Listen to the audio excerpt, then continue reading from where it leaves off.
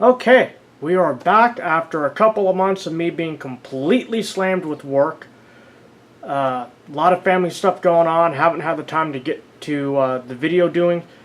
But we've got a lot of videos and we're going to start coming back with the first of many series that I'm going to do on getting into the hobby for those who are new and are considering it but haven't made the jump into getting into it. Today we're going to start with G-Scale. G-Scale does have a bit of a cost associated with it. Takes a while to occur a lot of models up. But there's a lot of things that can attract a lot of different people to G-Scale. So we're going to cover a couple different things about G-Scale itself, the different types of people who might be interested in modeling G-Scale, and what G-Scale can do not only for the person who's interested in trains, but also for the family dynamic that you might have. Now, G-Scale runs on 45mm track and comes in two different scales. 122.5 scale, which is what a lot of the European models are in, and 129 scale for the American models. Keep in mind though, both of those scales run on the 45mm track, so if you're running freelance, don't hesitate to intermix them. G-Scale is a larger model. You can run them throughout your house, you can run them in your garden, whether permanent and temporary. You're not worried about a lot of fine details breaking off. You're going to be able to have fun, enjoy the trains, and just let them go. If you're a family person considering getting into G-Scale, G-Scale is a great starter size and a starter set because your kids are going to have a ball with it. It's big enough that you're not worried about them breaking stuff off. If it tips over or gets knocked around, it's going to take a little bit more handling than smaller scales such as HO scale. Size comparison. Bam. Still working on this model. Don't judge me. It's old. I found it. It still ran. I'm in the process of super detailing it. I know it sucks right now. Now, let's bring in the N scale, which are the other two common sizes for model railroaders. Bam. A lot more fine, smaller detail parts to break off on those that younger kids or inexperienced modelers might break off.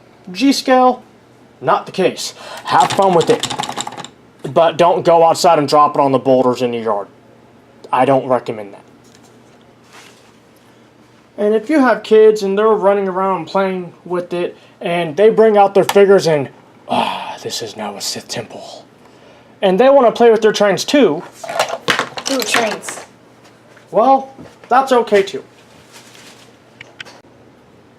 Now, okay, I get it. Not all of you watching this video are watching it because you're into trains. You might know nothing about trains other than you may have seen some of the seasonal Christmas themed train sets out there and you want to add that to your holiday traditions. You're getting a great value. We'll talk about that at the end of the video. So, if you've seen one of those Christmas themed sets, go ahead and get it. They're easy to use, they come with everything that you need, and you're going to get a family tradition because you can buy cars like what you see here every year. Now, each year the manufacturers put out different themed cars that fit the Christmas theme, and some of them put out Hanukkah and other different religions to fit your traditions. And they're a great value. You're getting a family holiday tradition in and an heirloom to pass on for generation to generation.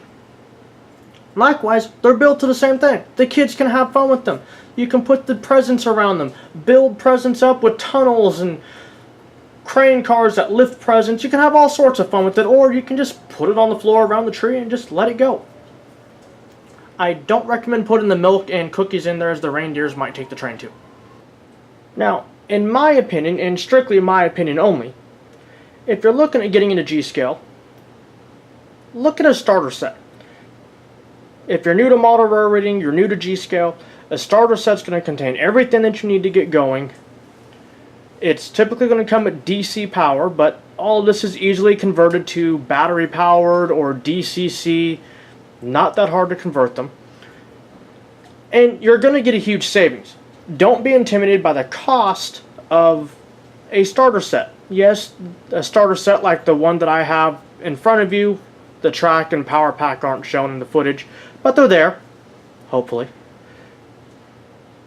They will set you back at about $400.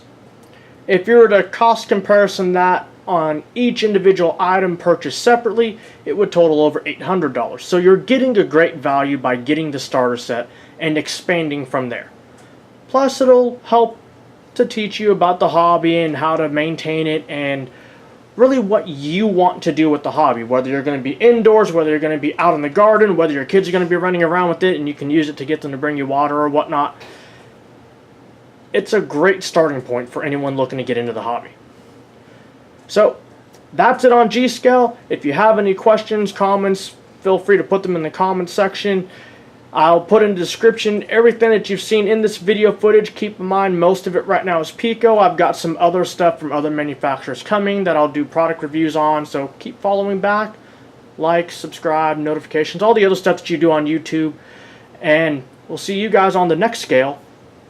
But for those of you who made it this long, put in the comment section which scale you'd like to see next.